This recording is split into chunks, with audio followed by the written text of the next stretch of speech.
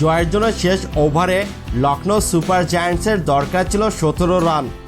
Chennai super Kings অধিনায়ক ভরসা করেছিলেন মুস্তাফিজুর রহমানের ওপর। তার আস্থার প্রতিদান দিতে পারেননি টাইগার পেসার। টানা 4 বলে 1 ছক্কা ও 3-4 হজম করে ব্যর্থ হয়েছেন চেন্নাইকে জেতাতে।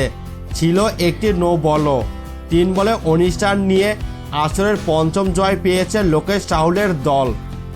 মঙ্গলবার আইপিএলের রোমাঞ্চকর লড়াইয়ে এম চিদম্বরম স্টেডিয়ামে বড় রান তারায় 3 বল হাতে রেখে স্বাগতিকদের 6 উইকেটে হারিয়েছে লখনৌ।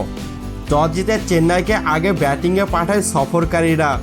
নির্ধারিত 20 ওভারে অধিনায়ক ঋতুরাজ গাইকোয়াড়ের সেঞ্চুরিতে 4 উইকেটে 210 রান তোলে স্বাগতিক চেন্নাই।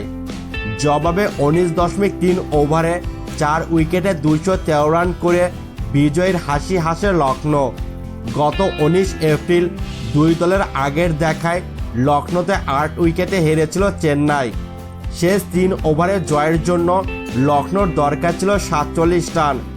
18 ও 19তম ওভারে মোস্তাফিজ ও শ্রীলঙ্কার পেসার মাথিসা পাথিরানা সমান 15 করে রান দেন।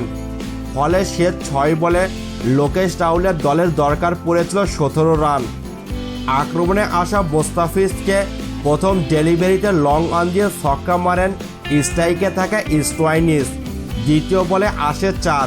মোস্তাফিজের করা পরের লো ফুল টস ডেলিভারি ছিল নো। তাতে আরেকটি 4 এনে ম্যাচ হাতের মুঠোয় নিয়ে আসেন স্টোয়াইনিস।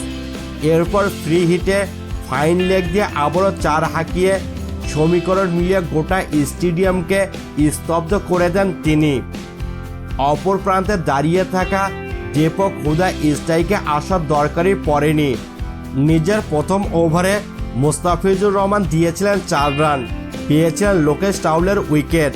পরের ওভারে দিয়েছিলেন 13 রান, তৃতীয় ওভারে 15, আর সর্বশেষ ওভারেতেও 19 রান দিয়েই ম্যাচটি হারিয়ে দিলেন মুস্তাফিজ। ব্যর্থতার রাতে 3.3 ওভারে 51 রান খরচায় মুস্তাফিজ শিকার করেন কেবল লোকেশ রাহুলের উইকেট।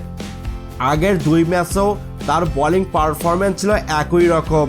একটি করে উইকেট পেলেও খরুচে ছিলেন তিনি।